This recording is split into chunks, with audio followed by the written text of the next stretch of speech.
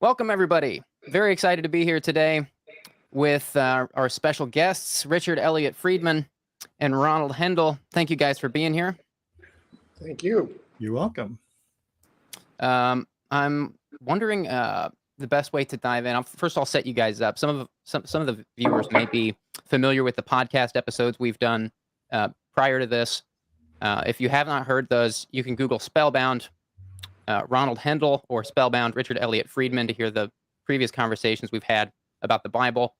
If I want to open this by in a similar way that Dick's book "Who Wrote the Bible" opens, just to say that if you're a person of faith, this stream is not about your faith, and if you're a person about if you're interested in history and science, like we're going to get into some of that, but this is really just kind of there are some questions that have been lingering in my mind that I've been wanting to ask these two fellows in the same place at the same time, because there have been questions I've asked each of them individually about the Bible and its history, and so often I'll ask a question to the wrong person. So now we've got both of you guys here. There's no dodging the questions. I've cornered you. So thank you for being here. Richard Elliott Friedman is a Bible scholar, author of Who Wrote the Bible, and has written a number of great books. There's pretty much, as far as in my book, my proverbial book, there is nobody who understands the Torah as far as what's written in it and what's there better than Dick. Huge wealth of knowledge on that subject, and Ron is an anthropologist and author of several books, namely for today's topic, the Book of Genesis. I believe it's the Book of Genesis, a biography. Sorry, I don't have that in front of me. But you guys are just a wealth of information, so thanks again for being here. And yeah, we're going to dive right in. Where we disagree, he's right. What? I'm not sure I follow that. What do you mean by that? But Dick, I disagree with that. Oh, then wait a minute. Ooh, that's a logical conundrum there, isn't it? So, oh, Julian, you expected us to be serious scholars. No, I knew better than that. You guys are scholars. This is the only time you can be funny. But yeah, so we are going to get started right away. We don't want to waste any time. There are so many questions I have. This kind of grew out of a lot of conversations I've had with Dick around questions that are concerning the anthropology of the Bible. Like I've had so many questions about what could have inspired some of the things that are written in the Book of Genesis, because there's so much wild stuff in there. And Ron, I know that your stance is one of cultural memory when it comes to the Book of Genesis and kind of the more grandiose aspects of that book. But I'm wondering if there are some things that we can know about what would have inspired these stories. Things like, just to give some spoilers here about where we'll be going in this conversation, things like the Younger Dryas, which I'm not sure what a Bible scholar's take on that would be. Could that have been connected to the flood story of Noah? And then certain things in Genesis seem really linked to various inventions of technology, things like agriculture. And so we're going to be talking about what the possibilities are that some of these things could be actually rooted in some very real developments of society. So to begin, Ron, what is your take? Because this is one of the questions I've asked Dick, and he's just like, I can't give you the answer. You got to ask Ron. So I'll throw this out there. First question. The Book of Genesis starts in such a strange way. Like it starts with there's nothing, and then God starts creating all this stuff using words. And it's always seemed really interesting to me that this is happening around the same time and around the same place where the alphabet is being invented in Phoenicia. And I'm wondering, like, I mean, it seems this certainly would have been at least the very first words people would have been reading like this for things they already knew for thousands of years. And so it's curious to me that the book begins with creation when there's already 4,000 years of history in other places towards the east of Canaan, where these books are being written. And so, what can we know about the advent of the alphabet, and could it have been inspired?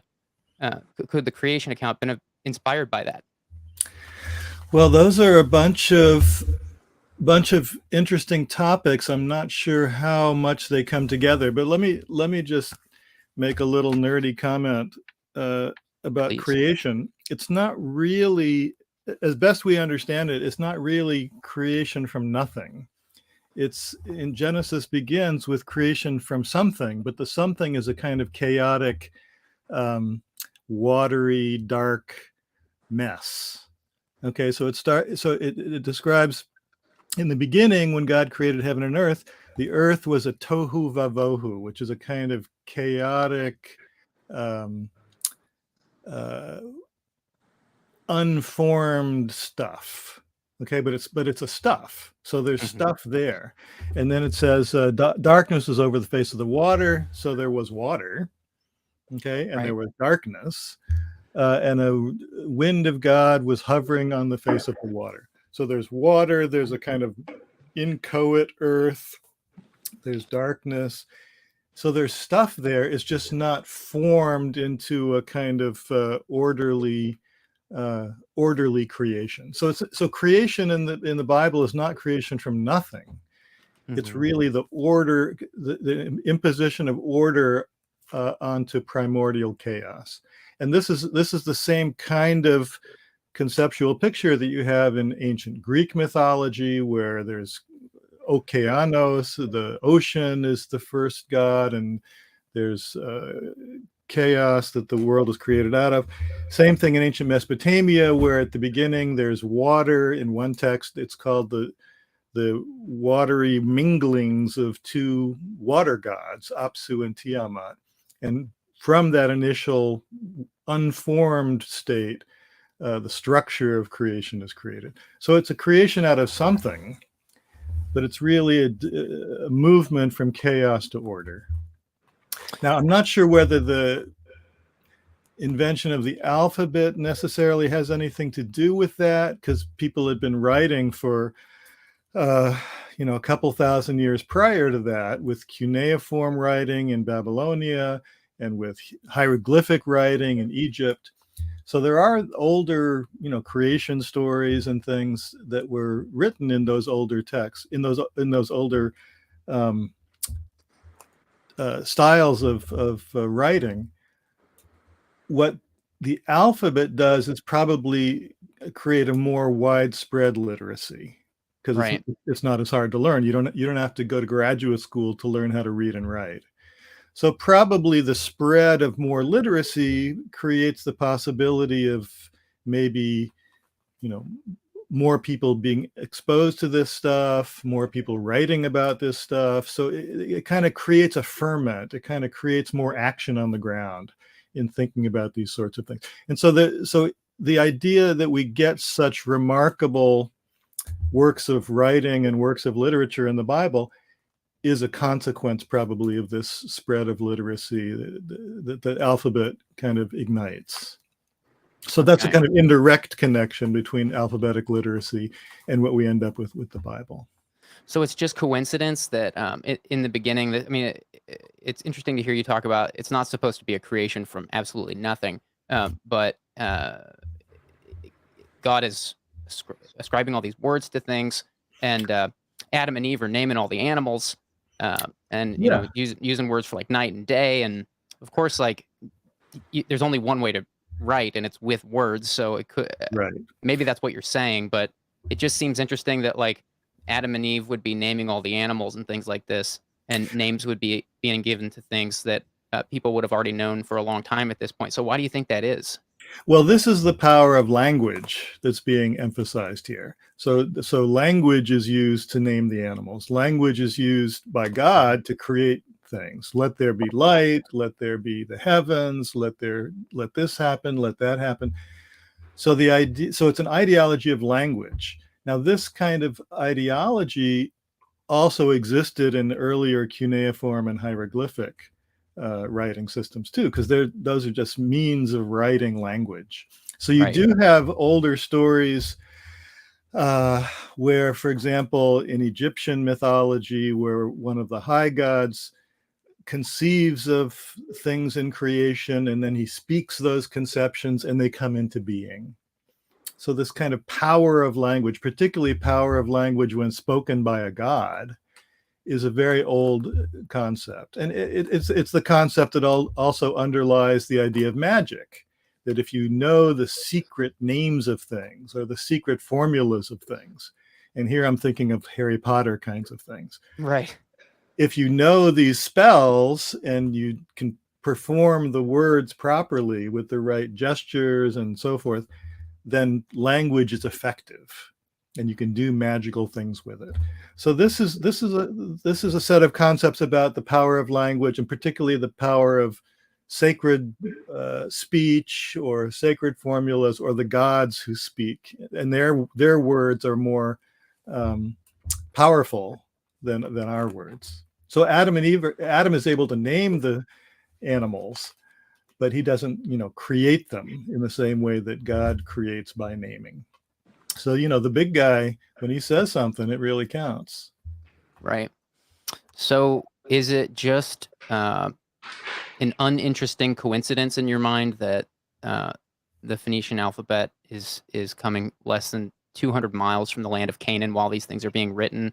Is it just an uninteresting coincidence to you? Well, I don't think it's uninteresting. I think it's really interesting. Okay. But I think the connectedness is more in this general cultural picture of more people being literate, stimulating more literary creativity, which is what we see in Genesis and other parts of the Bible. I mean, there's people who are, ranchers and priests and farmers and soldiers who can now write. Right. So the more people who have access to writing, this is what creates these incredible works of literature. It's not so much just an elite thing, and it's not just professional scribes who can do it. I'm glad Ron's making this point, because we constantly hear people say that they think people weren't literate in the biblical period, that there wasn't much literacy. And I find that ridiculous, because we lived the thing Ron's talking about. We had to take cuneiform courses and learn to write in that in grad school, and it was hard. It was among the hardest courses, and it was a lot. And as soon as you mastered all these signs and what they stood for in Old Babylonian, then they said, oh, by the way, in Neo-Assyrian, all those same sounds have different signs. And then you had to master all of those. And you go, but in kindergarten, we learned an alphabet. Yes. Then we were 5 years old, and it took only a few weeks. Right. So that's really the difference. And so, more people become literate and have the access to literacy, and it's naturally going to get more talented people involved just because there's more people involved. That makes sense. In cuneiform culture and hieroglyphic culture, writing was a specialization. It was like being a surgeon or something. You had to go to graduate school to learn these tools. So it was a very small number of people who had, who could do more than just write their name. It's a small group of people, and so you have less literary creativity. That makes a lot of sense. Okay.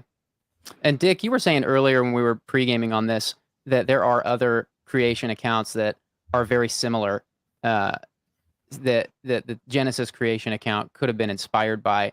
What are some of those?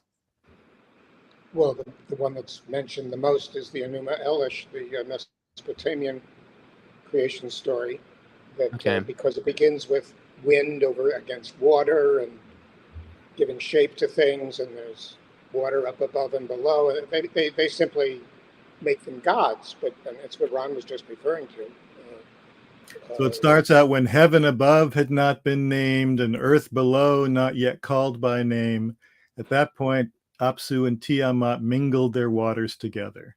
So you have this picture of the primordial watery chaos, and you also have this focus on the power of words. By heaven above not having been named, that means it hasn't been created yet. And so these are concepts that are percolating in the Enuma Elish that are also percolating in Genesis 1. Fascinating. Okay, so now I want to turn to something that might annoy both of you, but this is something I want to spend at least 10 minutes on. And if you tell me to move on and just ignore it, I will. But this is actually the very first thing that started this conversation, because a couple years ago, I brought this question to Dick. I think it was during a podcast, and he laughed it off and told me I need to just like forget this idea. I read this idea originally. I read it originally in this book called Ishmael. That's a very interesting book. It's a novel that kind of lays out this case that Adam and Eve were representative figures of the transition from hunter-gatherer lifestyle into agrarian lifestyle. And I know I've talked to both of you briefly about this, and I know, Ron, you specifically have shot down this idea before, so you might be rolling your eyes inside your head already. But the question I have is, now it's 2 against 1. You notice, right? So, now I've cornered myself. I said I cornered you guys, but now I've cornered myself. I'm asking this again from a slightly different angle, because it just seems like every time this question gets asked, and I'm not just saying you guys are the only ones that answered it negatively. It seems like a lot of Bible scholars have the response that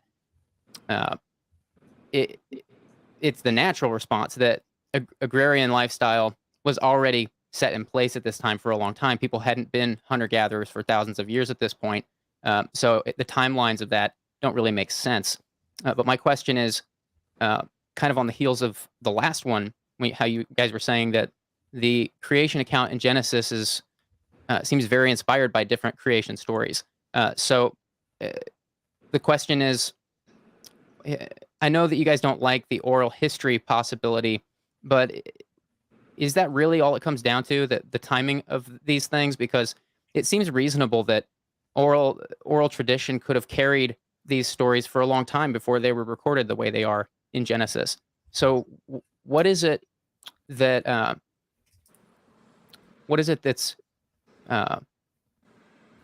hard about that idea for you guys? Well, one of them is that if you want to have a transition from hunter-gatherer culture to agricultural culture, you need hunting. There's no hunting in the Garden of Eden. They're just eating the fruit of the trees. So I suppose there's gathering. It's pretty easy gathering. You're just plucking the fruits of the trees. So they're living in paradise. Paradise is not a hunter-gatherer culture. Hunter-gatherer culture, you're hungry a lot of the time. So Call it foraging. I just don't see it. Yeah, but there's no hunting. Right. So they're just living in paradise. Paradise is cool. They're just for the fruit that grows on the trees, and you don't have to expend any effort or anything like that. So it's the transition from paradise to hard agricultural labor. Now, you could argue that paradise, they remembered hunter-gatherer period as being a paradise, but I'm not sure that makes sense, because again, there's no hunting. So a couple things on that. I mean, is it possible that Ron, you're big on cultural memory and the way these stories get recorded in the first place. Is it possible that, what we do know about that transition, it obviously happened at some point, obviously, because we're not hunters and gatherers anymore. So the transition obviously happened. And from what I understand, that was a really tumultuous transition, because it was disrupting band society and bloodlines, and families were separating, and children were coming in. Not like actual children, but the descendants of these parents were becoming independent and setting up their own lifestyles outside of the tribe, no longer wandering around. And so it was tumultuous from what I've read and understand. I might be wrong on that point. You might shoot me down on that too. But the point is, it would seem natural that if what we see in Genesis is some kind of story about that transition, whether it survived through oral tradition or not, that they would need some kind of, or want some kind of, cultural memory, some cultural gift wrapping on that transition, so that they could feel better about it. Yeah, well, if the Genesis accounts were written down, let's say in the 9th or 8th century for the Garden of Eden story, that's 2,500 years or more. When is when's pre-pottery Neolithic? That's like 7,000 BC.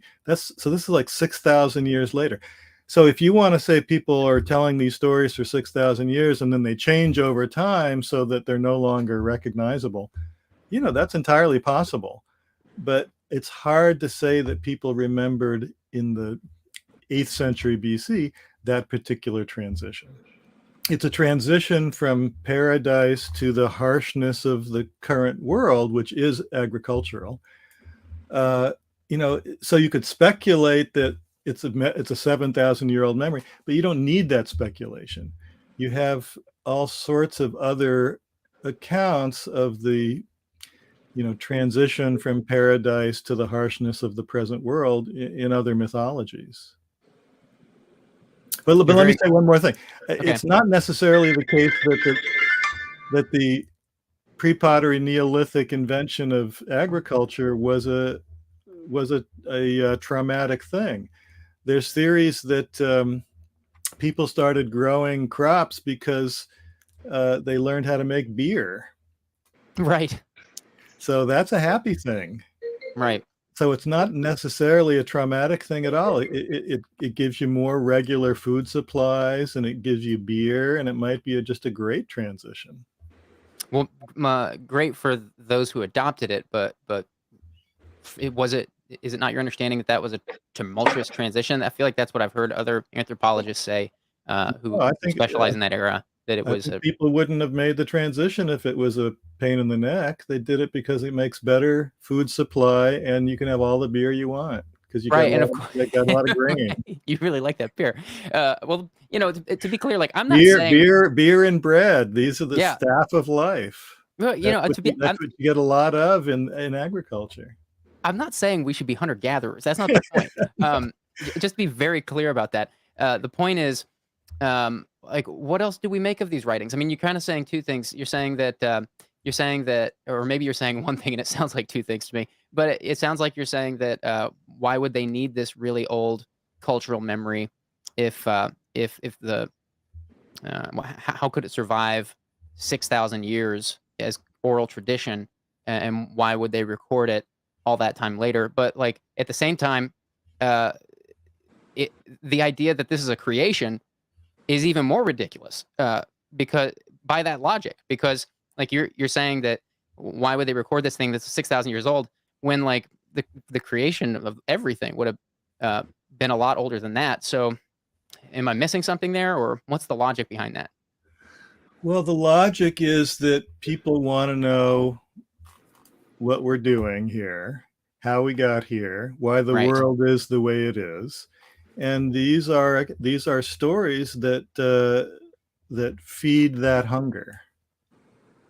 So they're stories about what the human condition is and how it got that way. So there could be aspects of it that are, actual historical memories, but that's not the requirement. The requirement is that they respond to the way the world is and the way it is perceived to be. So why do we have to die? Why do I have to work so hard to raise my grain? Why is childbirth so painful? Why is life not easy the way it could be? So the reality that it's responding to is life as it is.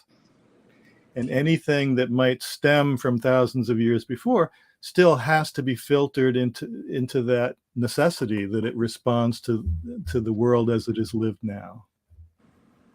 And so that's why people have creation stories. How did this world come into being? People want to know. People, one of my favorite newspapers says, "Inquiring minds want to know." That's the National Enquirer. And that's what these things are responding to. People want to know.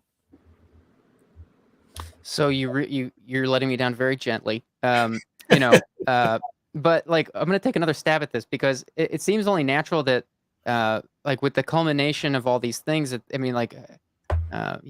technology, is progressing. There's so many things coming to a head. You've got the alphabet being invented. You've got, and also not to mention from earlier, I forgot to mention this when you were saying that in the story of Adam and Eve, they're not hunting at all. Could that not be linked to, this might be more of a Dick question. I don't know who to direct this at. Maybe both of you answer it. But I know that many points in time in early Jewish culture, they couldn't hunt. They couldn't kill animals on their own. That's why they had to bring the animals to be sacrificed at a temple by a priest, because it was considered murder to kill an animal for even food. So it had to be done in like this prescribed way. So could it not be for that reason that there's no hunting in Eden? But there is hunting biblically. It's only domestic animals that you have to take to the temple and sacrifice and all that. Okay. But they hunt. It refers to hunting. They hunted, antelopes and wild goats and Okay. Birds. Yeah, it was perfectly fine to hunt wild animals. Got it. Birds, fish, different kinds of deer and antelope and stuff like that. Yeah, let me try out another thing on my beer theme. I was going to go with single malts, but you beat me to it with the beer. Well, so in Genesis 9, Noah is the first guy to plant a vineyard. He's the first farmer to plant a vineyard, and he grows grapes and he makes wine out of it. Now, this I want to propose something that's been proposed before, but this is happening right after he gets out of the ark, which is in southern Turkey. It's in the region of Ararat, Mount Ararat, or the mountains of Ararat. It's in the region of ancient Urartu. Now, paleobotanists tell us that this region of Anatolia or modern Turkey might actually be the place where wine was invented, in like 8,000 BC or something like that. So I don't want to exclude the idea that there actually are ancient cultural memories here, because it seems like a cool thing that Noah invented wine in Anatolia, and this looks like the place where wine actually was invented. I thought they invented ouzo there. Well, that was later. But they did that with the skins of the grapes. Ah. See? So once you make wine and you've got the skins, then you make ouzo. I forgot Ron is from Northern California. You know stuff like this. This is one of my hobbies. It is so wild seeing Dick learn something. My goodness. So this is an example where I would grant the possibility of a very ancient memory that, Turkey or Anatolia was the birthplace of wine, and that they actually remembered that for thousands and thousands of years. So you do like this idea of ancient cultural memories being I passed think down? in some places, I think it's more plausible than others. And to me, that's one of the plausible ones. I wouldn't buy the Garden of Eden as hunter-gatherer because it's paradise. That's a different theme. But the invention of wine is pretty specific.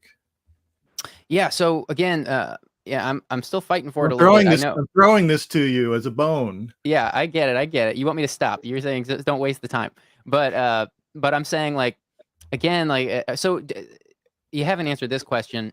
Maybe it's because you don't want to hurt my feelings. You can't hurt my feelings on this. I'm just I have thought a lot about this, and I'm not ready to give it up yet. But I'm totally fine with you. I don't want you to give me an answer you don't like.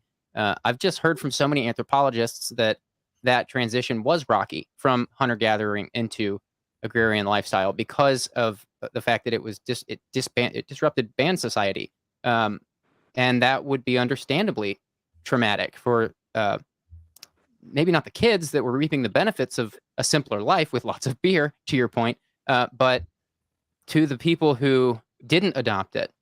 We know, I'm not an anthropologist, but I've read that we know that there were a lot of people who didn't adopt it and just carried on with the only thing they knew, which was maybe because they were too old to adopt a whole new lifestyle. So how do you respond to that question of, do you not think that transition was rocky? I don't think it was rocky. I think that, first of all, we don't know because this was a long time ago. But you know, the invention of agriculture was very successful. You know, when you're a hunter-gatherer, I was speaking to a Native American guy a while back, and he said, you know, when we were hunter-gatherers, things weren't that different. We had fast food. We had gazelles, antelope, deer. You had to run after them. You had to be fast to be able to eat. And when you have agriculture, you can just sit down and eat. So it was just an easier style of life with less famine and less running involved. So I don't think it was a traumatic transition. I think, you know, when you have an all-you-can-eat buffet, you go there instead of running after fast food. I mean, so I would contest people who say it was a rocky transition. So I would love to see that debate. It brought more diseases and stuff. Right. But that was an unanticipated, you know, consequence.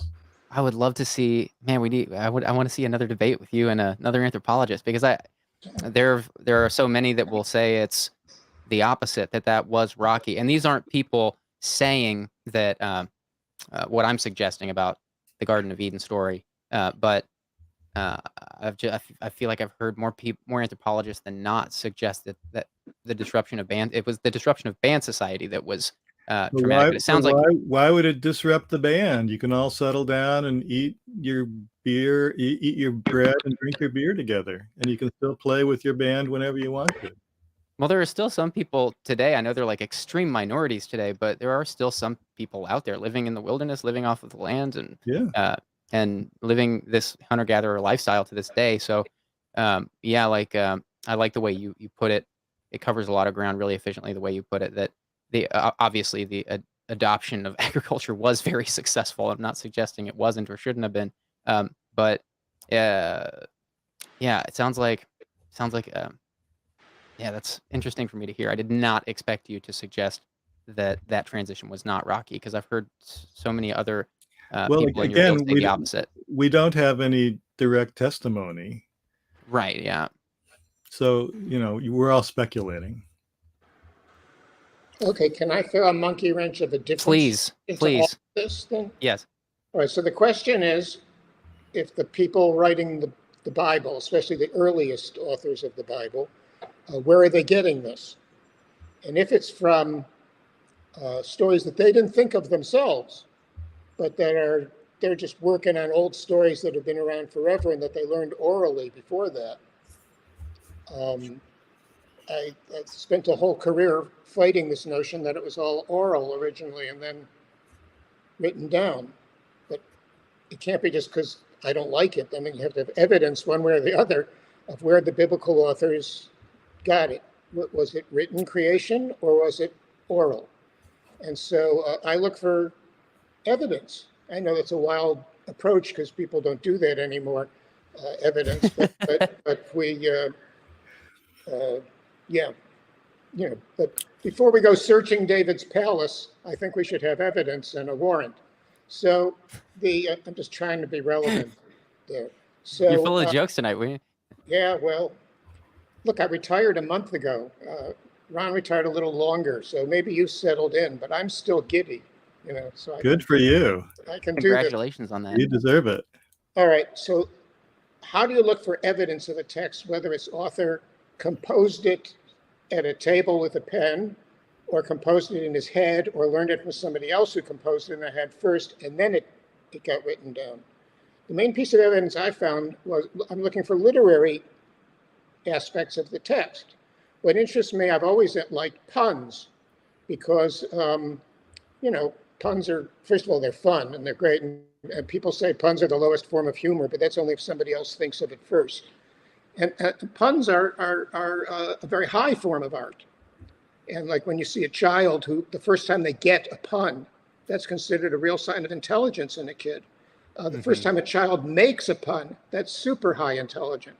So my daughter, who, when she was only like 6 years old or something, said, "How did Mozart die? He decomposed."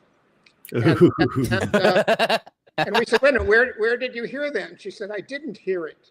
She had made that up herself. And we said, "Oh my God, well, my daughter's a comedian now because she's it was a skill. So puns are tremendous. So I look for those. So some puns in the Bible, most of them, like the decomposed just now, you don't need to see it written to get it. You guys just heard me say it, and we all got it. And if you say one man's meat is another man's Persian and stuff, I mean, we get, you just have to hear them. That's good. But there are some puns in the Bible that are not just oral, they're visual, that you'd have to see it written in the words on the paper, on the parchment, to get it.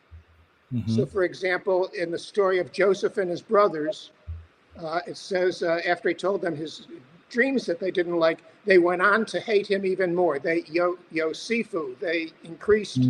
And Yosef in Hebrew is the name Yosef. It means they Josephed him, And you say, but okay, that's not a problem. That's a pun that we could hear. I mean, I did just say it, and we all got it just by hearing it. We didn't have to write it. And then later it says he told them his dreams, and that's Hebrew Yisaper, which again contains that same sound, the letters of the word Yosef in order. Now that each of those occur twice, right in the chapter about Joseph and his brothers. But then later you get the big one, which is it says his father made him a coat of many colors. And that famous coat, people argue, was a coat of many colors. Was it a long-sleeved tunic? Was it polka dots? Was it pinstripes? And whatever you think the garment was, it's a coat that is pasim in Hebrew. And pasim contains the name Yosef backwards. Now you might say, right? Now you can't hear that. You have to see it. Now you might say, okay, but now you're going too far backwards. That's not a real, that's impossible. Then you go, no, in the same chapter, his father, I keep using the word shalom, that everybody knows means peace and hello and all that in Hebrew.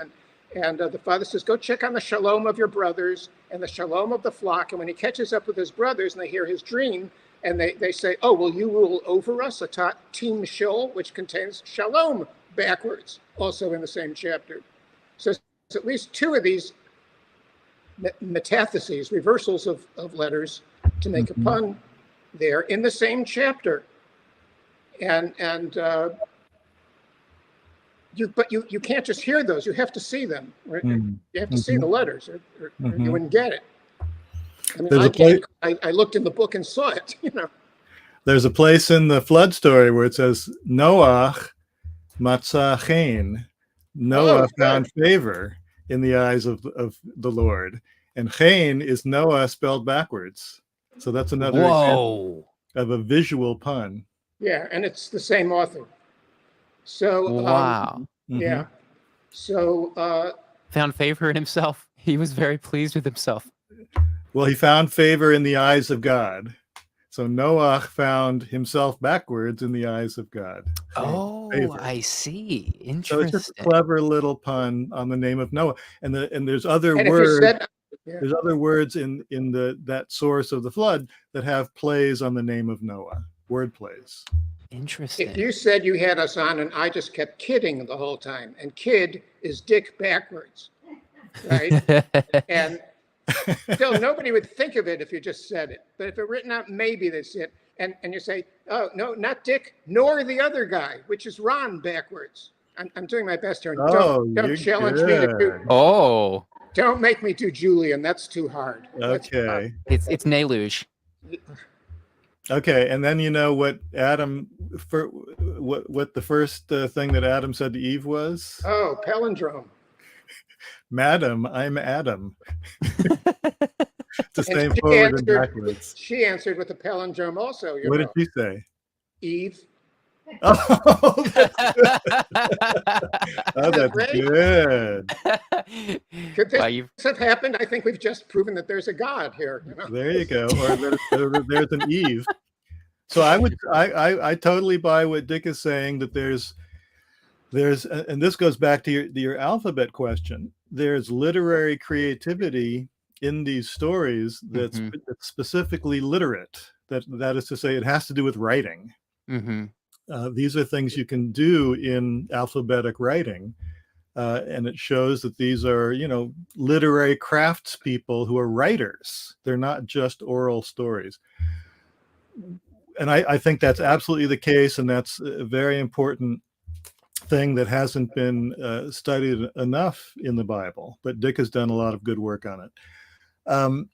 I don't think that precludes, however, that there were old stories about these people. So, for example, oral stories about these things. So, for example, the Garden of Eden story, we have two different variants of the Garden of Eden story, one in Genesis 2 and 3 and another in Ezekiel chapter 28.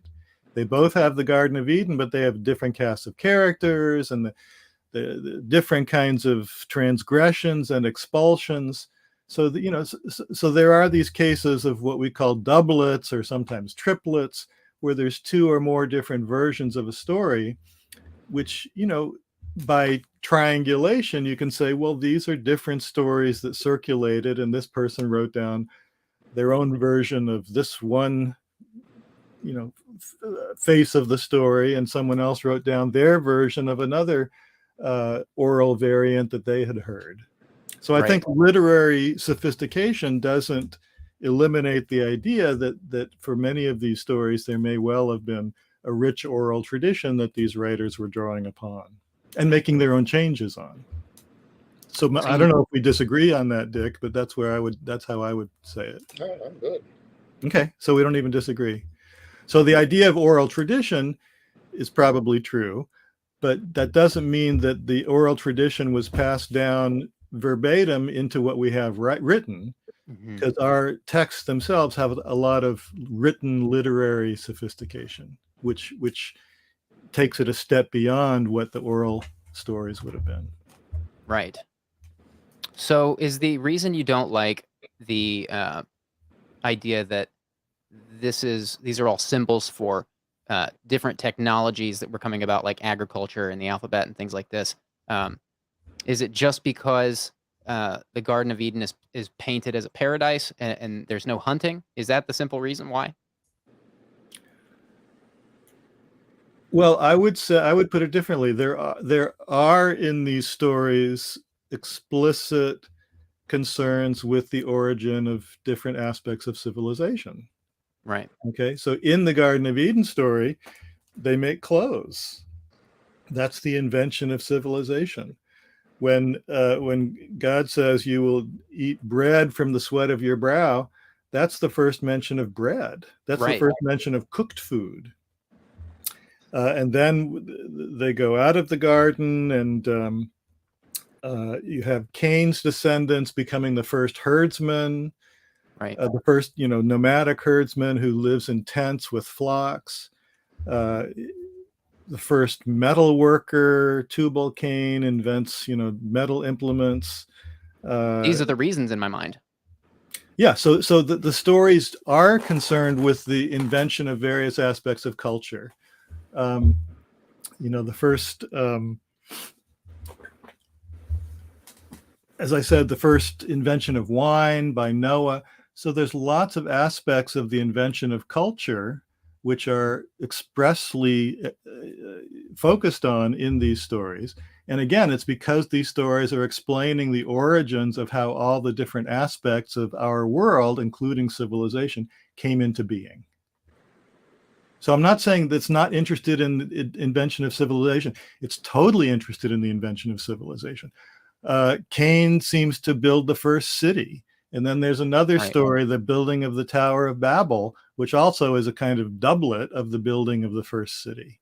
So there's all sorts of aspects of civilization that are, why did people speak different languages? Again, and live in different places? Again, the Tower of Babel story deals with that too.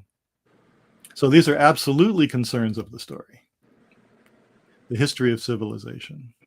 It's not an accurate, account, but it's a coherent account that satisfies one's inquiring mind about how these things came into being.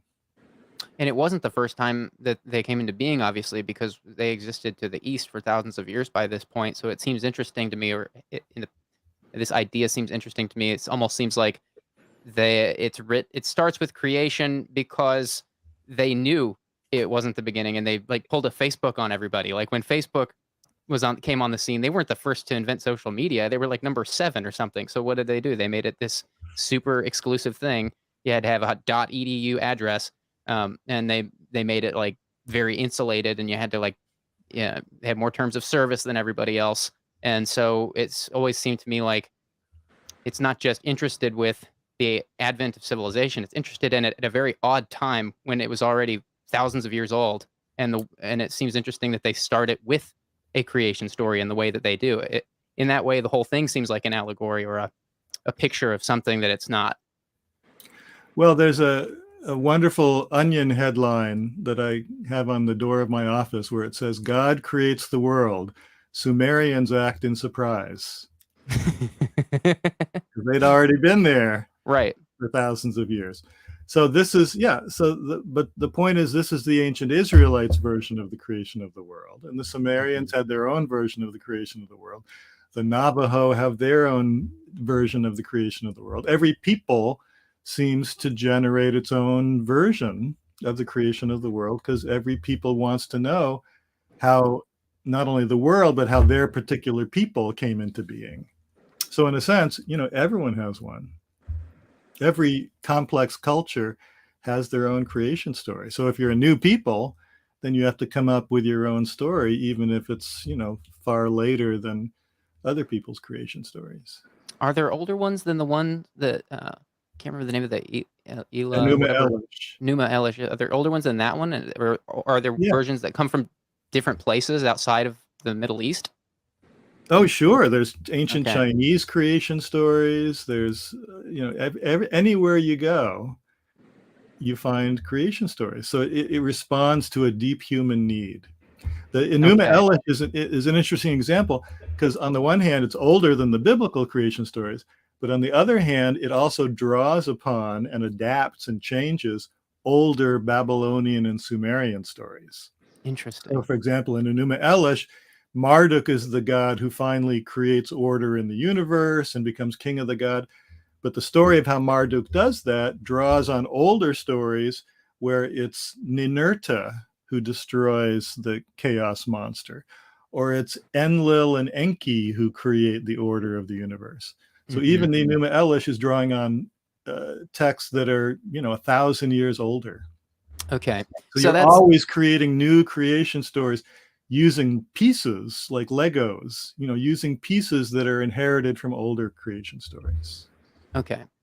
So thank you for that explanation. That makes a lot of sense, and helpful to think of it that way, actually, that everybody, it makes sense, would want some kind of a creation story. That way you put that makes a lot of sense. That's a lot for me to think about. It'll give me a lot to think about. So let's move on to a couple different topics. Let's not spend the rest of the time on stuff that you guys don't like. Let's talk about more stuff you don't like. That was a joke. Where's my soundboard? Why is my soundboard not working? Probably because I'm in a meeting. Dick, you need one of those. You beat me to it. I was going to say, I got to get one of those. There it is. So I couldn't hear the soundboard, but I guess it's coming through.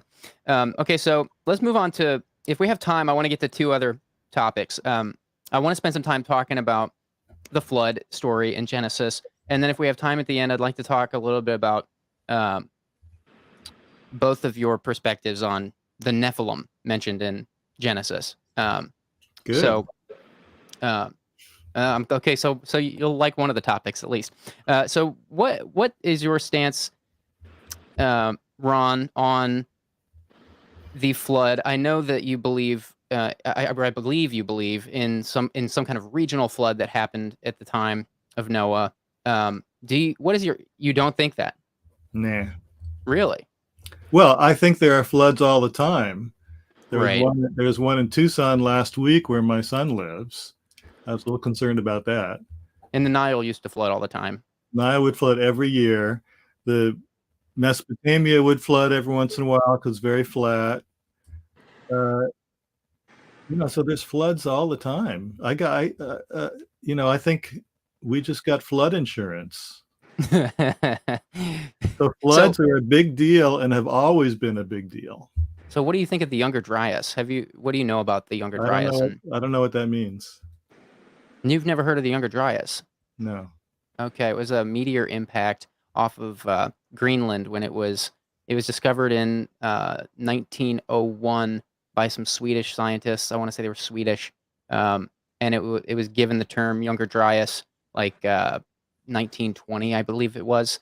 So it's not like a super new discovery, but it was this meteor impact that hit a bunch of ice off the shores of Greenland and caused this crazy flood, according to the archaeological record, or whatever you'd call that. Not the archaeological record, according to the rocks and the stuff they can see.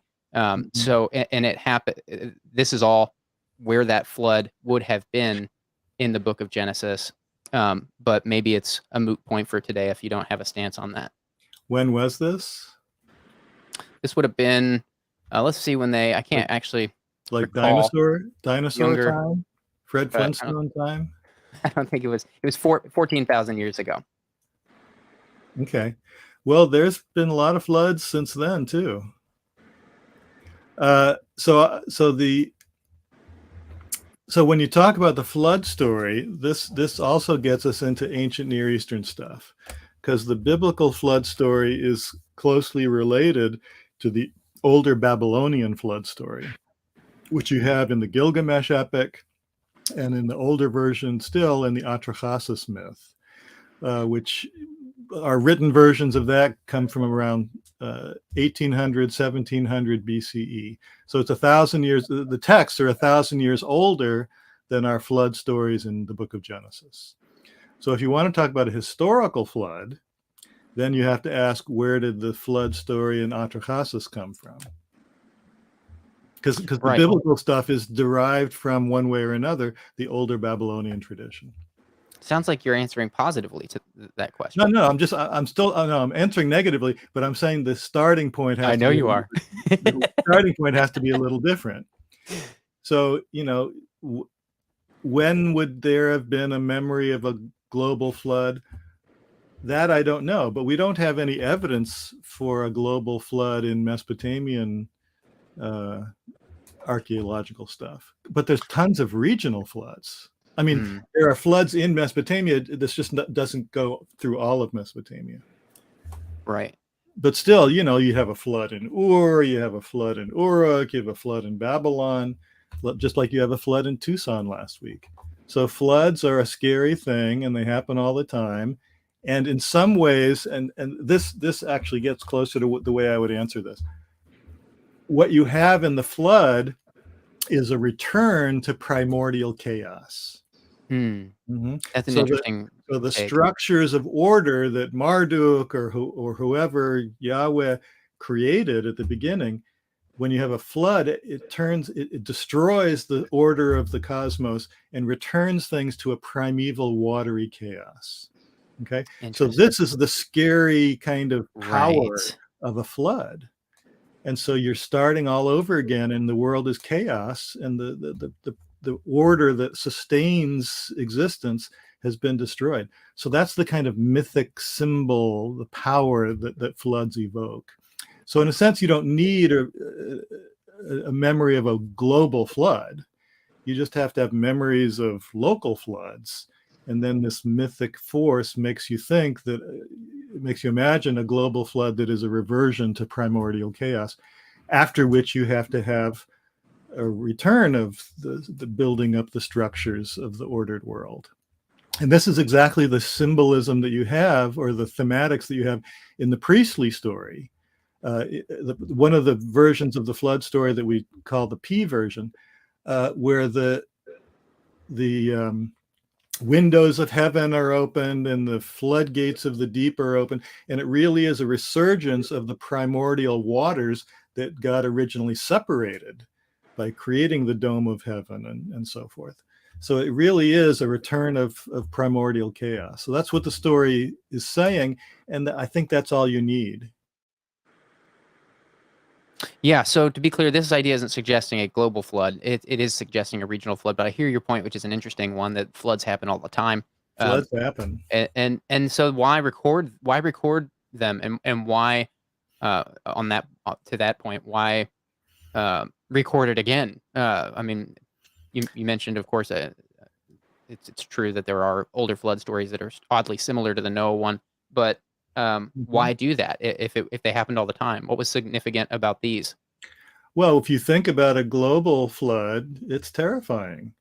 I mean, people love horror stories. I just watched one last night. It was a Hitchcock one. It was very good. Ooh, what'd you watch? Rebecca. It was okay. early Hitchcock, but it's scary. Okay. So people love to be scared, but this is part of the the thematic flow of this. I say flow because it's waters of this mythical stories. You start out with primeval watery chaos. If the gods get mad, they can return things to a primeval watery chaos. So there's there's something there about the danger and the fragility of the orderly structure of the world, that if the gods want to, they can turn things back to what was before, and we're screwed. It's almost like global warming. So sounds like you're saying just more cultural memory. It's cultural memory, and it's a kind of imagination of the world that we live in and how it's fragile and can be turned into chaos at any moment. So a kind of fragility of life and existence. So these are deep ideas. Right. And the power of the gods too. Yeah, the priestly text in Genesis, God promises he won't do it again. Yes. It's the only story that ends with security against that one thing that all the humans are worried about. And so that's the crucial part, the rebuilding the structure of the world. And now God starts giving laws.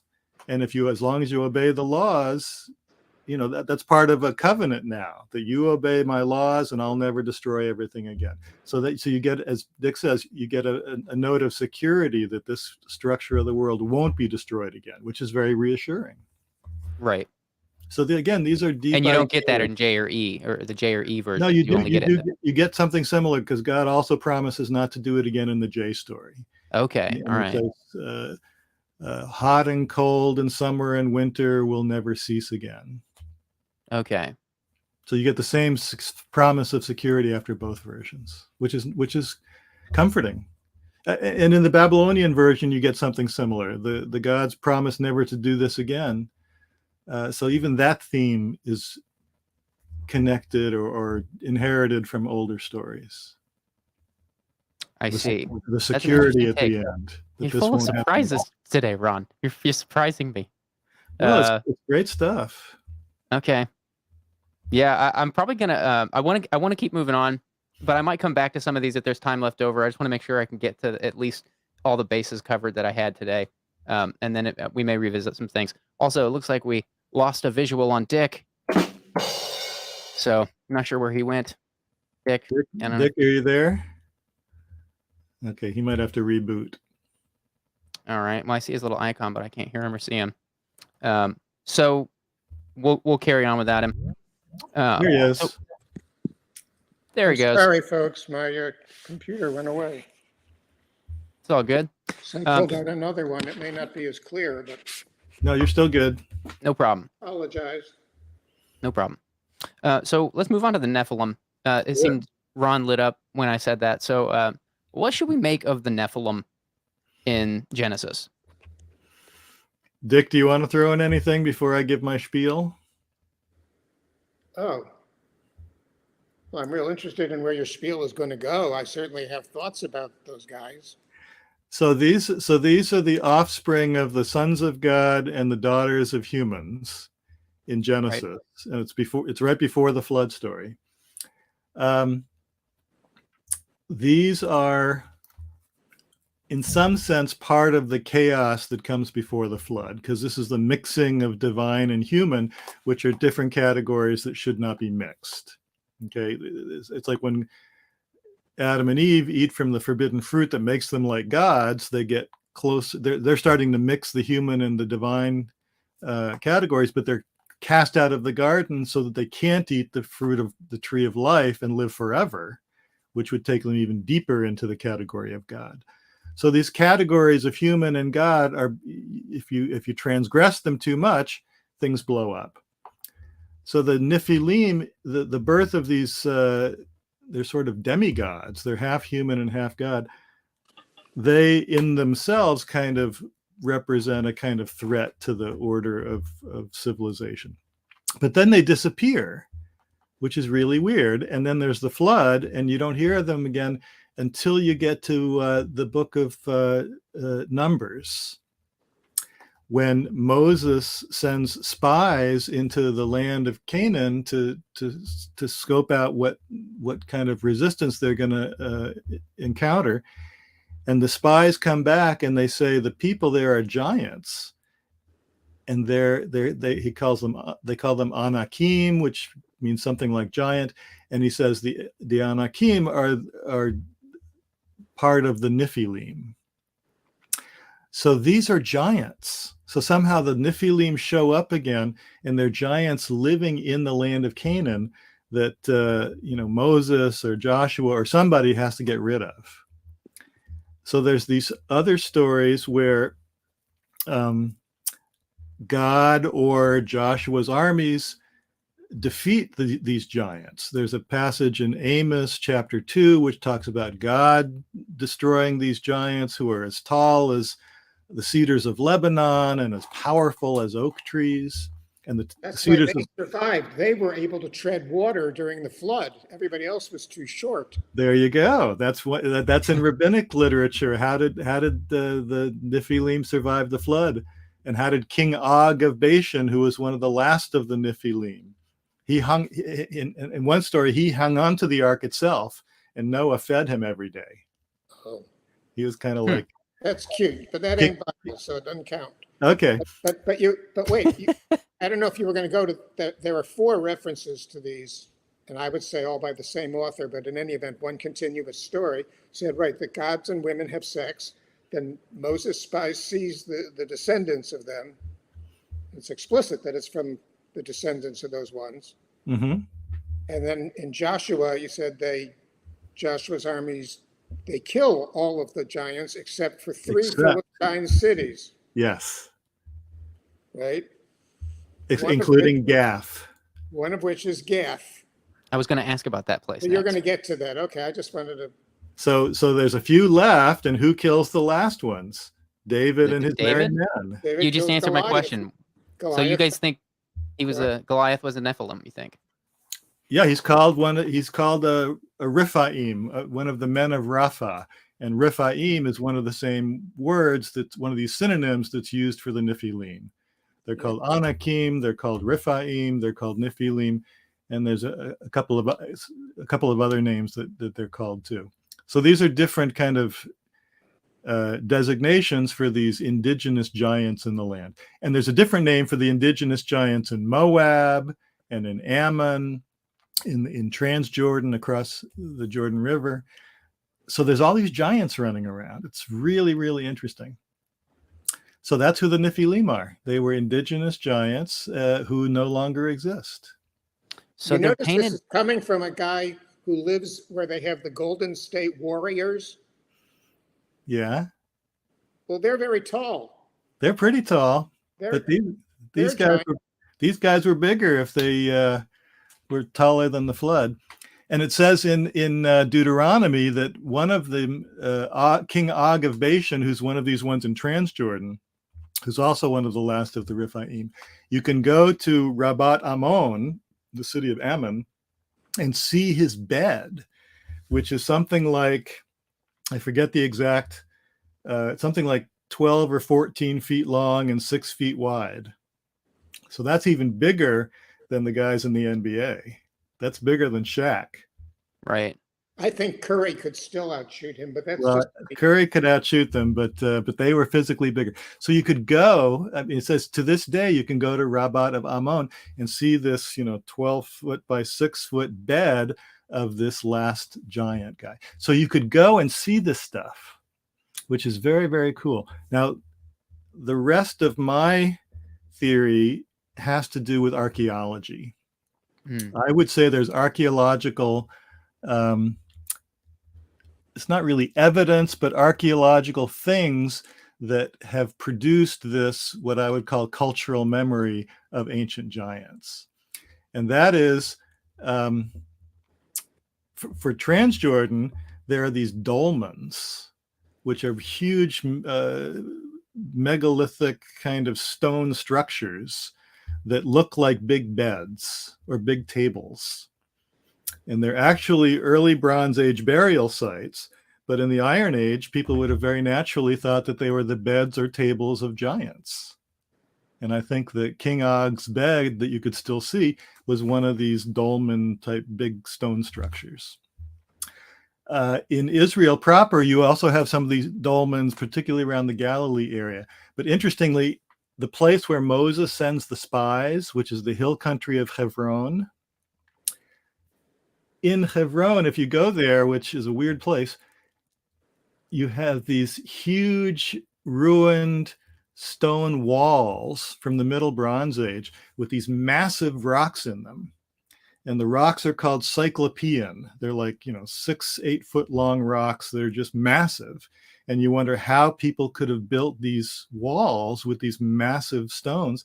And the answer is, it must have been giants. See? So the fact that you have these massive stone walls and you have these dolmens around, it's natural to think that there were giants in the land that must have built these. So this is what I would say triggers the cultural memory of indigenous giants in the land. The giants are not there anymore, but the stuff they built can still be seen. Wow, that's fascinating. So it's hard to know when, especially in the early parts of Genesis or the early parts of the Torah in general, it's hard to know when the writers want us to think something is supernatural versus something being natural. It sounds like you're saying the Nephilim, or Nephilim, I believe you're pronouncing it, are just, they were just giants, and the writings of them are very...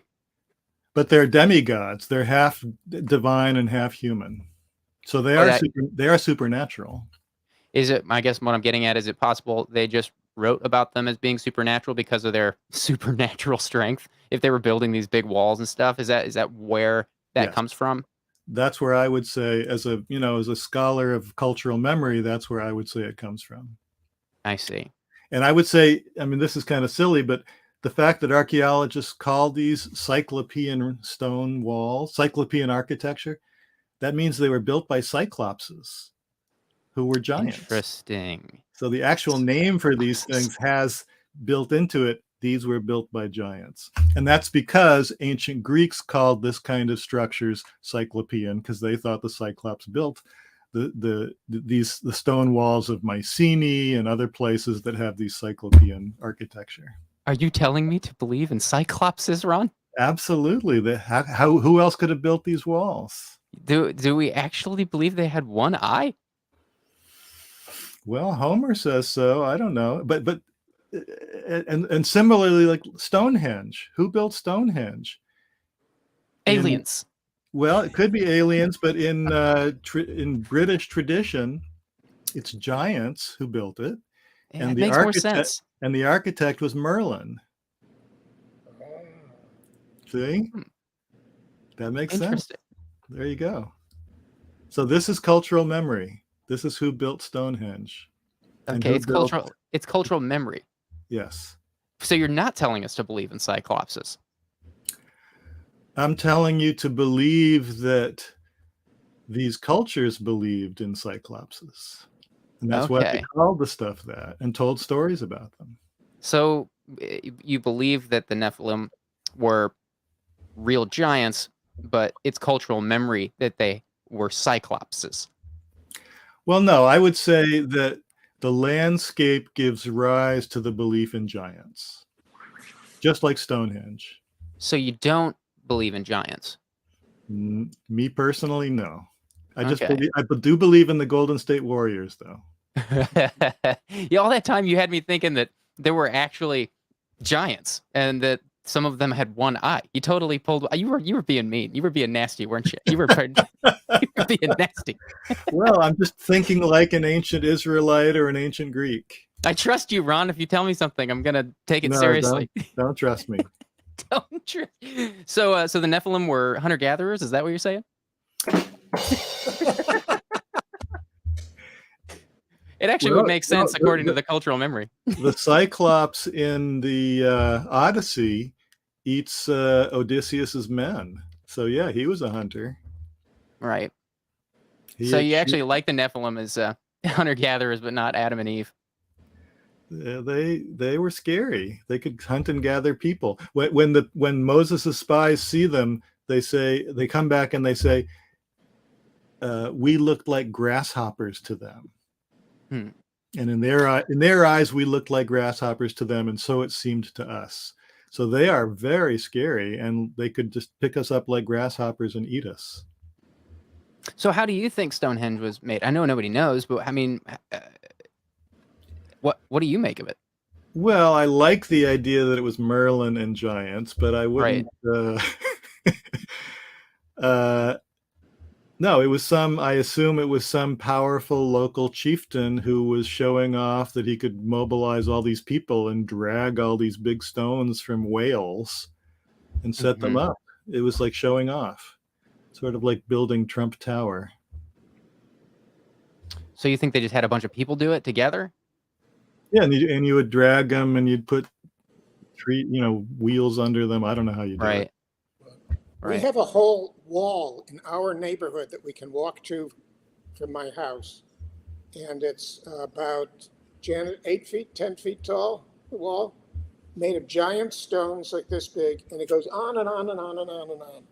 And it was all built by one guy. And neighbors came by and offered to help. And he said, no, he was going to do this himself. Wow. He finished it. He was like in his 80s, I think. And goodness. Was he a giant? I don't know, but was he a Cyclops? Did I never take you there when you visited? Yes, I did see it. Yes, it's impressive. It's very impressive. Take people to see it. And that's sort of like, I mean, it's amazing what individual people can do with giant weight. And yeah. just give them a place to stand, and they can move. There you go. Yeah. So if you have levers and pulleys, you can do stuff like that. So then, to take it a slightly different direction, I mean, it seems like what should we make of the David and Goliath story then? I mean, David is a historical figure, from what I understand. Was it just this? Was it just were the writings just making David look really cool, or like did he actually? I mean, some people. It doesn't seem that surprising that there could have been. It doesn't seem surprising to me, anyways. That story of David and Goliath has never been super hard to believe for me, because there could have been somebody who's like 8 feet tall or something, or maybe even 9 feet tall. Maybe even back then, people could have been a little taller. I don't know the answers to these things, but that story in particular has never been a hard one for me to kind of put into a bucket of like, yeah, this probably happened. But it's not, you're saying that there probably weren't these really tall people known as Nephilim. So what do you guys make of the David and Goliath story? Dick, you tell him about Elchanan. You beat me. Yep. I'd say it's an Elchanan. Elsewhere in the same books of the Bible, it refers to an Israelite guy named Elchanan, who defeats a giant Philistine warrior named Goliath, and who fits the same description as Goliath. Oh. And that's the same as like in a university, when half the great discoveries that are attributed to scientists, it's some guy working in their lab who made the discovery, Right. And then the head of the lab, I mean, they say that about the Salk vaccine, and they say that about the PAP test, and about all of it. Those were by guys who worked in their labs who discovered that stuff. And whether it's true or not, but so it's thought that one possibility is, there was this guy Elchanan who defeated a big, remarkable, had a remarkable defeat of a Philistine warrior, and then later they attributed the story to David. And why they kept both in the Bible, that's kind of interesting. But we had honest historians who kept them both. But the way it's told with David, they had a lot more details. It's not just that he defeated Goliath. It's, he was just a kid. He was only there. He wasn't really in the army. He was only a shepherd. So they dramatically make the miracle more miraculous. And he doesn't even wear armor because the armor is too heavy for him. No. Yeah, it's a great story. But the story seems to be, earlier attributed to David, one of David's men, and now it's attributed to David in the same sort of way. So there's reasons to be skeptical that there's a historical event that David himself was involved with, because the other story attributes it to this lesser known guy. So, but what about the possibility of this giant warrior actually being a giant? And is that crazy in your view? Either of you? It depends on if you believe in giants. Right. Well, I'm saying like could it have been like somebody who's 8 or 9 feet tall? Like, I mean, I don't know exactly how tall the Bible even says this guy was, but Ron was the one that said he liked the Nephilim topic, so here we go. Love the Nephilim topic. But someone who is a big guy, if this is a story that starts being told about the great victories, military victories of the past, it's not unusual for a certain amount of exaggeration to happen. So he could have been a big guy and then he becomes a giant. I think that's a natural process. If you just go to a museum and look at mummy cases, they sit on a table and they're about this long, meaning the guys inside them, they were not more than 5 feet tall. Egyptians were like little guys. Right.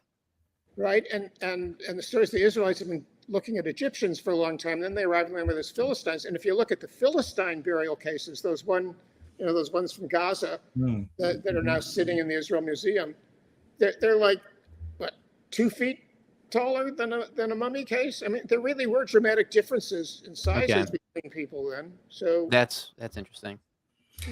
And the idea of portraying someone as a giant is also part of the language of military victories. If you look at Egyptian steles of pharaohs being in combat, Pharaoh is always like 7-8 times bigger than everyone else. So Pharaoh is depicted just, proportionately as being a giant whenever he's in combat. So this is part of the language of military stories, I would say. Okay, that makes a lot of sense.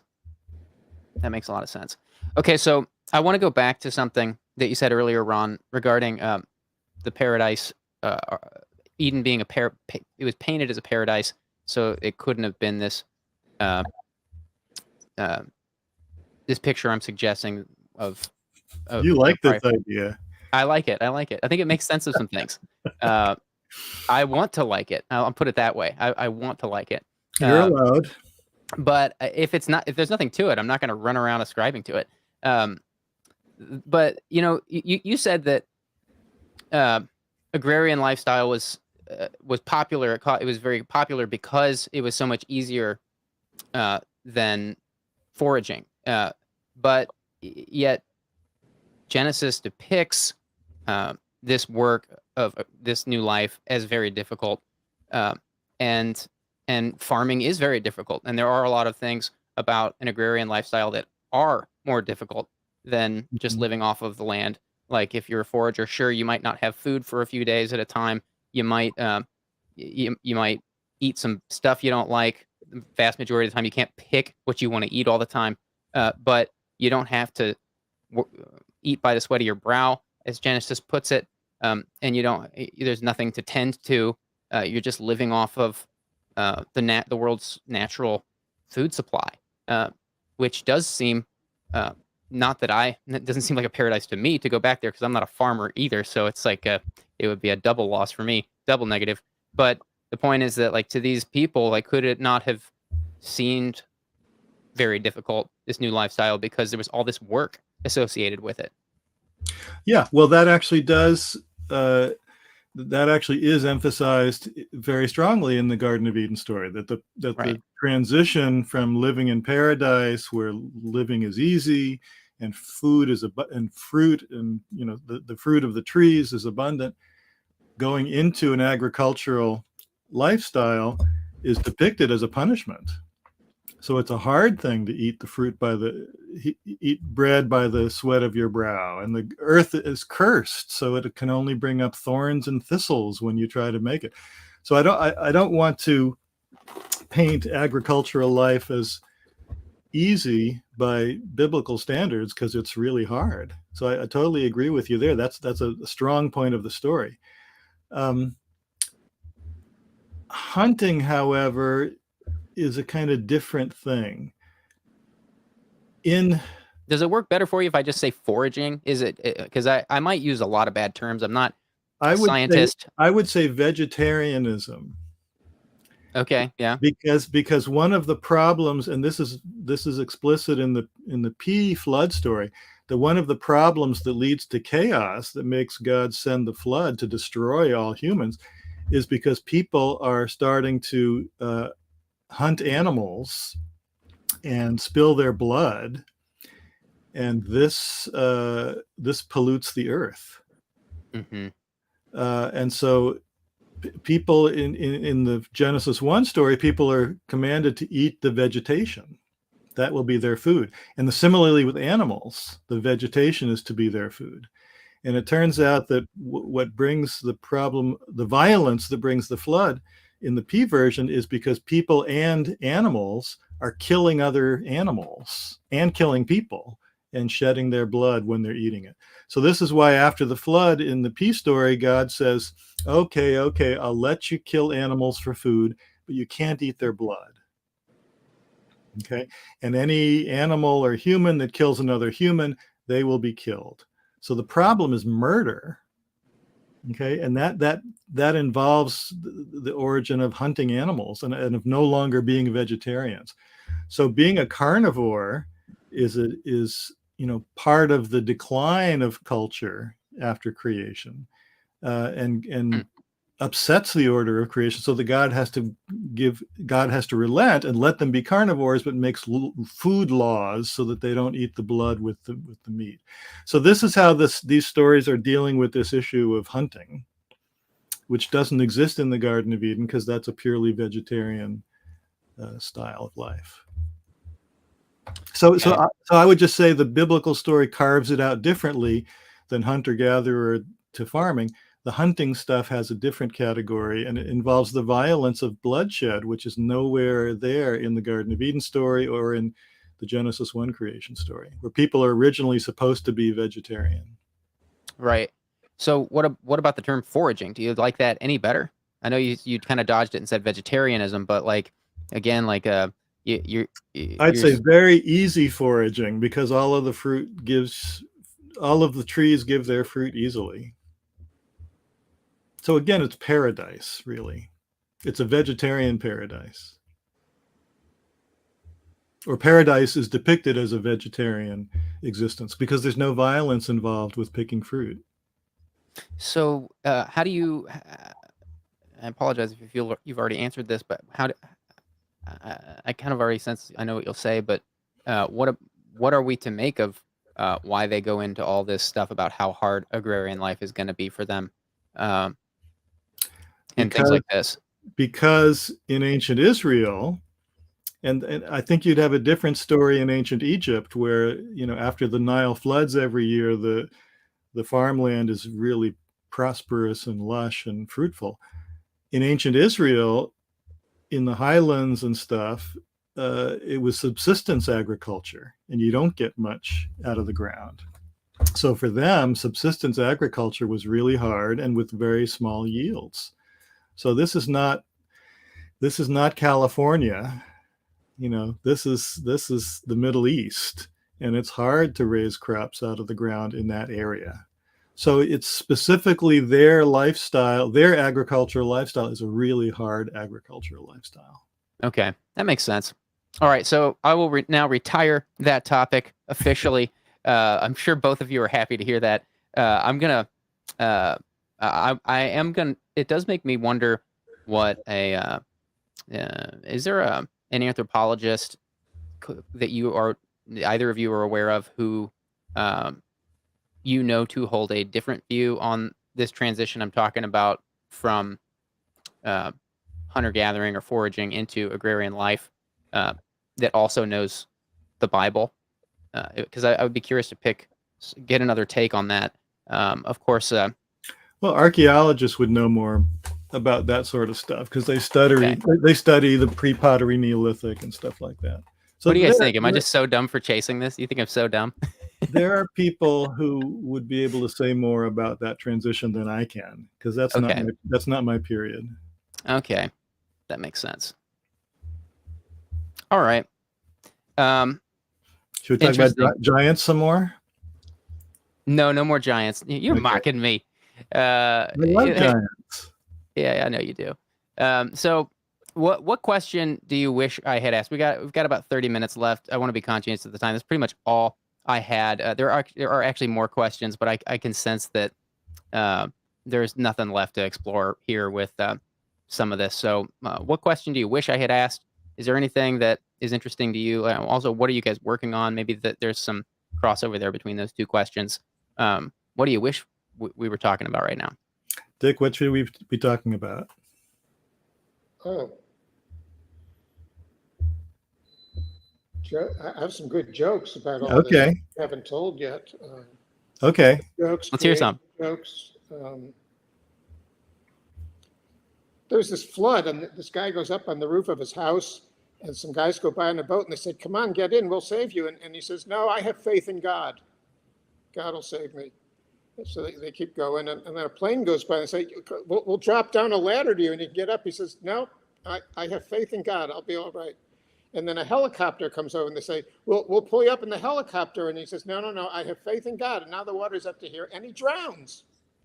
So now he's dead, and he goes to heaven, and he meets God, and he said, I kept showing all my faith in you. Why didn't you save me? And God says, I did. I sent you a boat and a plane. That's great. Rabbis and ministers tell that joke in their sermons. That's a good one. That is good. So how do you know that God was a baseball fan? In the beginning. That's right. It starts. I've heard that one. Oh, that's good. It starts in the big inning. Yeah, that is a good one. What did Moses say when the Israelites and him were led to the Red Sea? What? God damn it! Oh. Why don't we know these? I don't know that one. Bread and butter there. That's a good one. Maybe 3 people get that one. Yeah, I like the Bible jokes. We could do a couple more. And then maybe we'll take some viewer questions with the rest of the time. I know, Dick, you're full of good Bible jokes. You haven't even given us your best one. There's that creation story that Stephen Hawking of blessed memory told. He just shared it. He didn't write it. And we always want to tell, he got it from oral resources about the creation with the turtles and all. This physicist, astrophysicist, is giving a public lecture about the Big Bang and expansion of the universe, and he's going into all that stuff, very technical. He said, "Any questions?" And this little old lady says, "Everything you said was very interesting, young man, but the Earth is sitting on the back of a giant turtle." And the scientist says, "And what, madam, is the turtle standing on?" And she says, "Oh, you're very clever, young man, very clever, but it's turtles all the way down." Gotcha. Creation joke. Right. How about I'll be quiet now. Who was Cain's wife? I have no idea. Proper gentlemen do not make inquiries concerning other men's wives. I'm not sure I get that one. It's not worth getting. This is apparently this is what a young English student asked his headmaster in the 19th century, and that was the headmaster's response. It does make Okay, sense. got it. Yeah. So someone from the chat named Rowie is asking a question. We'll open this up to some Q&A from the audience if anybody has any questions that you didn't hear asked here. Now would be a good time to throw those in. Rowie wants to hear some talk about child sacrifice as written in the Old Testament, about Molech and Guy Ben Hinnom. Me or you? Who takes this one? You start. You start. I'll start. Okay. So there's no human sacrifice. There's no child sacrifice in the ancient Near East, I would say, except Really? the Phoenicians had human sacrifice in their colonies on the Mediterranean, notably Carthage. And at Carthage, how do we know that? I mean, next to the temples, right, there's these burial grounds with a lot of child skeletons there. So you'll know about this, Ron. It was Ron who first introduced me to the great anthropologist Mary Douglas of blessed memory. And I was standing with her in the street in London arguing about this because she said, no, there was absolutely no child sacrifice in the ancient world. And I said, no, except Carthage, you mean? And she said, no, not there either. And I said, but look, these burial grounds with all these child skeletons next to a temple. And remember, the English can only see things through the eyes of the English. And she said, well, you know, in England, every church has a cemetery right next to it. And I didn't know what to do with that. So I asked Joanne Hackett, who dug at Carthage and had written about it. And I said, Joanne, Mary Douglas says in England, there's always a cemetery next to the burial ground next to the church. And Joanne said, yes, but these have inscriptions on them. Oh, Baal, accept my votive offering, over the tombs. So we were persuaded that maybe she had that one wrong, but I never mentioned it to her. Now she's gone. So, but the cases they give, first of all, Moloch, there's no such God as Moloch. I don't think I'm persuaded by those who've argued that the word Molk was the word for human sacrifice. It's the name of the ceremony or the practice. It's not the name of any god to whom you offered those things. And the Israelites in the biblical text accuse foreigners of doing it, but there's no evidence from the ground that they did it. Whereas where you have evidence is in Israel itself, where the Bible's explicit. There were kings of Israel who sacrificed their children, both in Israel and in Judah. But they're criticized for it. Jeremiah speaks against it and thinks it's just horrible that they do that. Like a Jew today would hear that some Jewish king once sacrificed his kid. They'd say, oh, that's terrible. So, it's rejected later, but apparently they were doing it. So what they did is what politicians do today. When you commit a crime, you ascribe it to your enemies and say that they do that. They're bad because they do that. Of course, nobody we know in our world would do that. But I hear that there are politicians who do that. And you just say, oh, those Canaanites, they sacrificed their children, but they didn't. Israelites sacrificed their children until they finally stopped. And that's probably why the Bible is so harsh against it. I think it's guilt. People talk about Jewish guilt. Well, that'll do it. You got that on your conscience. Okay, you weren't nodding like you agreed with all that, Ron. Well, no, I think you're right about. I think you're right about Carthage, and the fact that the Book of Kings has Israelite kings do it. I mean, maybe that's a polemic against those kings, but I think Mesha does it. The Moabite king does it also. So there's a kind of, it's connect the dots. If the people of Carthage, who are originally Phoenician, are doing it, maybe it was being done in Phoenicia. Maybe it was being done in Israel. Maybe it was being done in Moab. But the point is, it wasn't a regular kind of sacrifice. It was only done in situations of crisis. So it wouldn't have been very common anyway. That Moabite one is the one people always bring up. So that's why I don't even want to let that go. Because what it says there is the king of Moab, Mesha, was allied with Israel and Judah against Edom. So it was three of those ancient little countries against the fourth one. And it says that the Moabites tried to break through to the king of Edom, and they couldn't get through. So it says they took his son, who would have reigned in his place, the crown prince, and they sacrificed him on the wall. And then the Edomites were horrified, and everybody turned back. He didn't sacrifice his son. He killed the other guy's son. It just said they tried to break through to the king of Edom. and they couldn't get there. So Oh, he that's took nice. the son who would have reigned in his place. Oh, that's And nice. sacrificed him. Oh, that's good. He believed in human sacrifice. It was, yeah. It was a captive, the captive prince. Pronouns are a bitch. That's one of the things we learn in linguistics. That makes a lot of sense. So the story of Abraham's sacrifice of Isaac in Genesis 22 seems somehow connected with this, because God tells Abraham to sacrifice his son.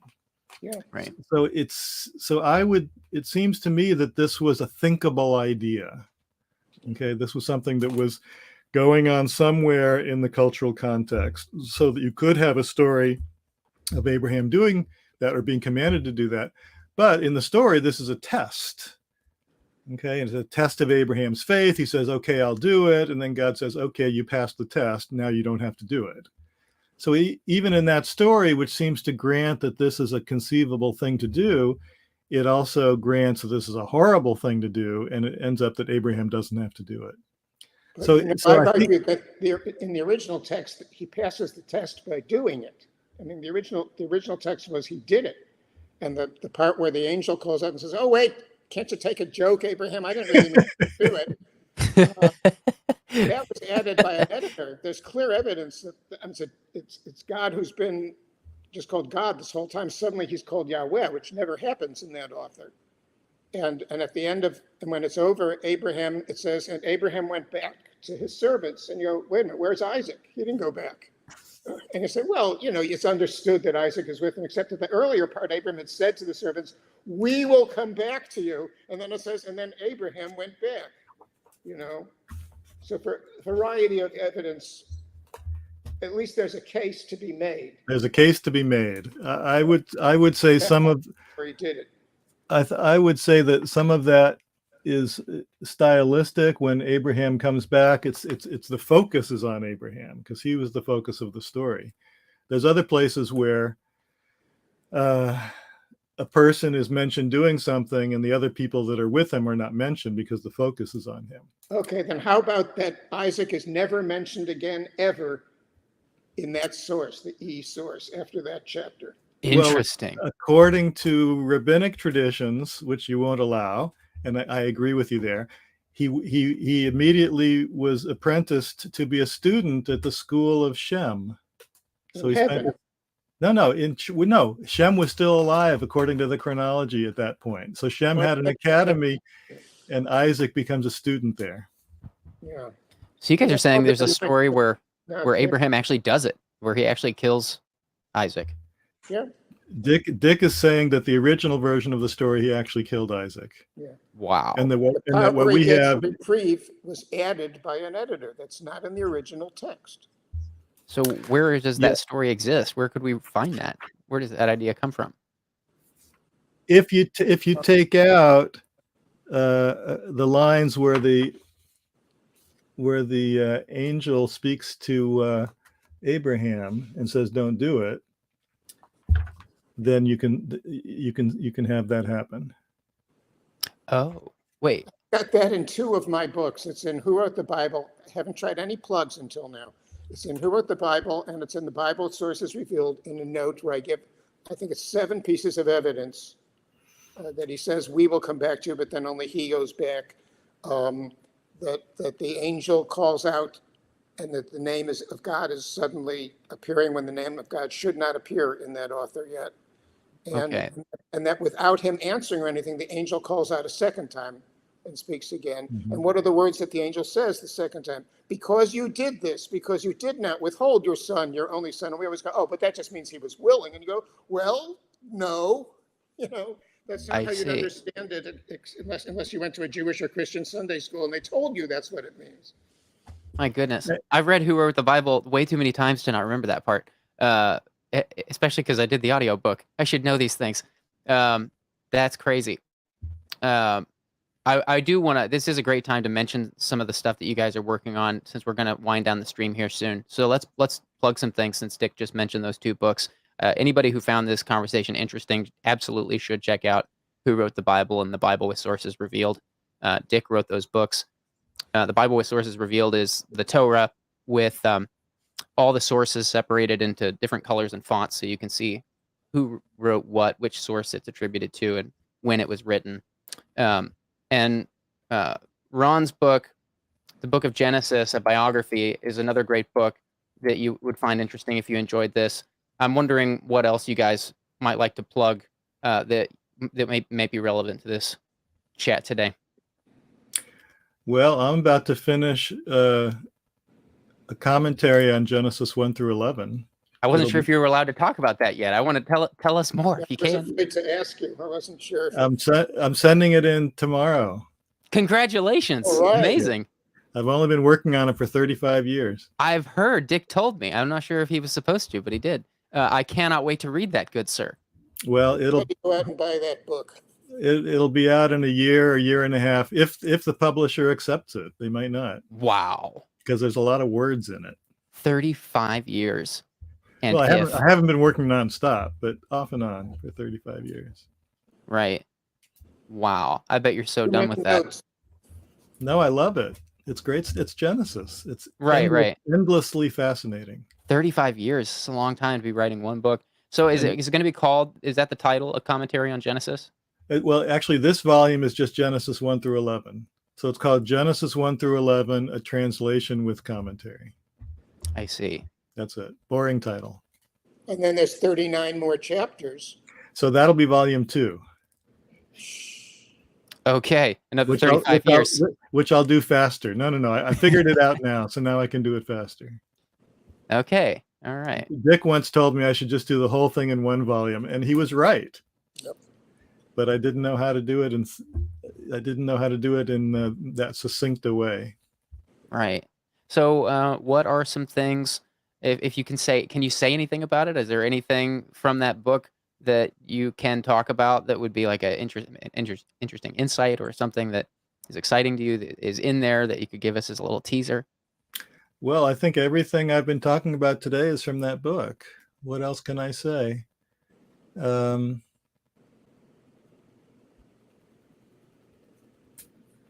a picture now of the Tower of Babel. Oh, really? Yeah.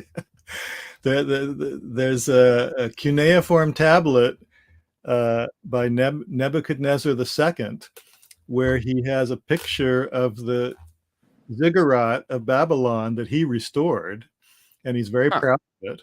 And so this is a restoration stele, a kind of it was probably done for the ritual, renewal of the ziggurat of Babylon, the Tower of Babylon, and it has a beautiful picture of the tower on it. It's got 7 stages, and the top stage is a kind of shrine to the god Marduk.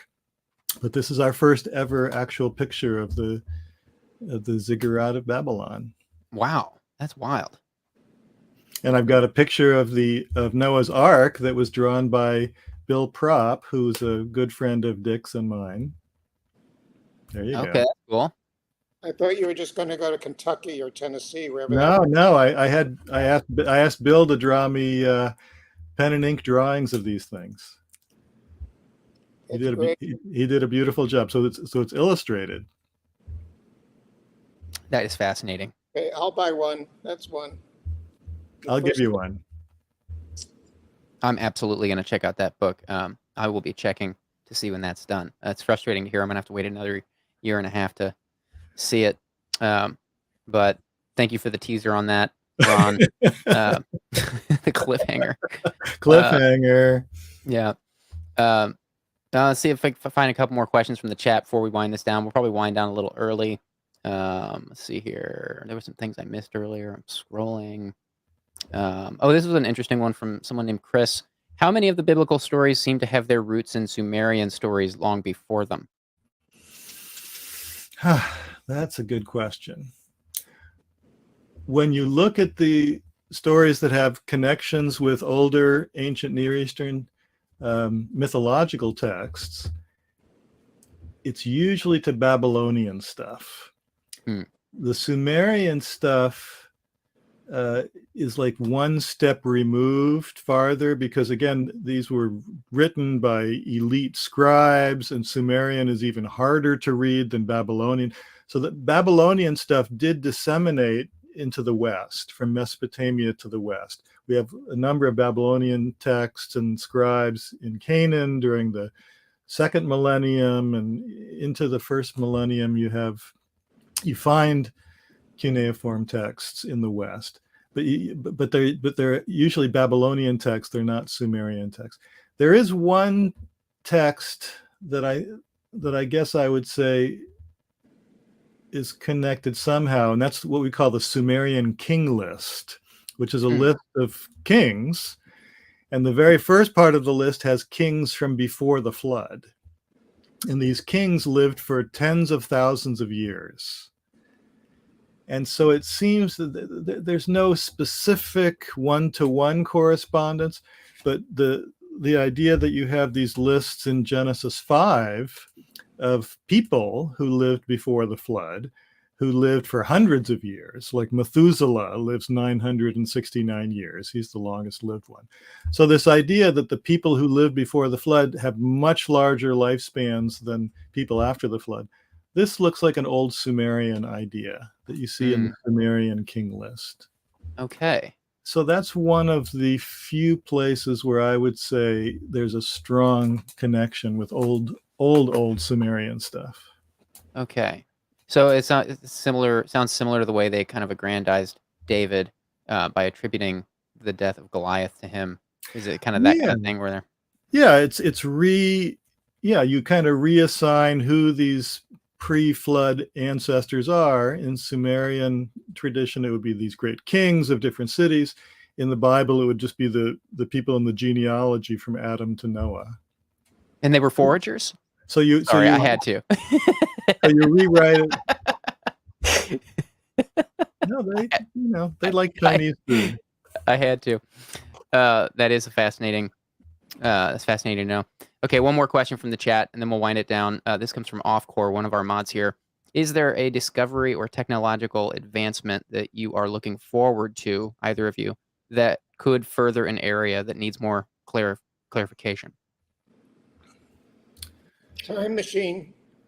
There you go. Time machine. Can't wait. Time machine would be good.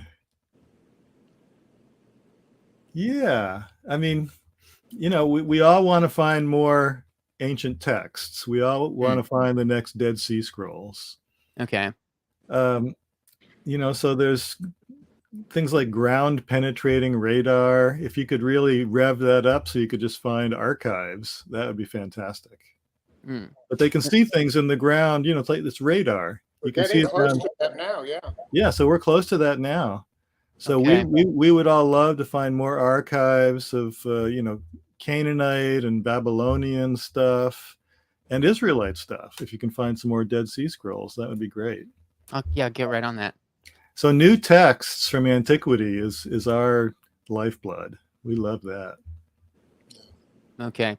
And I wonder if you can... Unless they contradict our theories, then we rebury them. Then we rebury them, yeah. I'm not sure if I'm even asking the right kind of scientists here, but a lot of times people talk about carbon dating and whether or not you can trust that. I mean, I'm loosely familiar with how carbon dating works. I know you're just measuring the amount of decay over time. Is that technology still considered like? I know there are some limits to it, obviously, but do you like that? Do you trust it? How much do you trust it? I don't trust anything that has too much math in it. So I can't really follow all this, Bayesian this and that. But people have told me that carbon dating is getting better. And so the lag time that you can specify is getting narrower. And so that's really helpful too. So when you can say this site is from this particular period, that helps a lot. Right. And the site where you found these texts are from this period, that helps a lot. But to me, a few decades, one way or the other, or even a few centuries, isn't as important for the big picture. I mean, at one point, some archaeologists said we lost the 10th century. And I said, well, just look in your drawer. It's there somewhere. Right. But archaeologists get worked up about carbon dating, and I'm sort of a tourist with that because I don't understand the details. But they say it's getting better, which is nice. if you find an olive pit, if you can really date it accurately, that would be a big advance. Okay. Well, fellas, thank you so much for your time today. We're going to wind down the stream a little early. Happy to give you back a few minutes of your day. I want to thank you for very graciously letting me make a fool of myself with some good old-fashioned ridiculousness. These are I realized coming into this that I had some ridiculous questions, and I fully expected. I didn't expect the way that you guys answered the questions, but I expected I was going to meet some resistance. So I hope you guys fully know that I was prepared for that. So I know that's on me, and I hope you don't feel like I wasted too much time. I love talking to both of you guys. You guys are a wealth of information. I want to encourage the viewers, again, to check out your books. We've talked about many of them today, and I can't wait to check out the book you've been working on for 35 damn years, Ron. That is crazy. I can't believe that. Unbelievable. You couldn't get away with that in science because it would be obsolete already. Right. We work slow. Right. Thank you guys so much for your time. It's been a pleasure. And take care of yourselves. Goodbye. Hey, Dick. Done. I don't know if we'll get knocked out in a minute, but So tell me about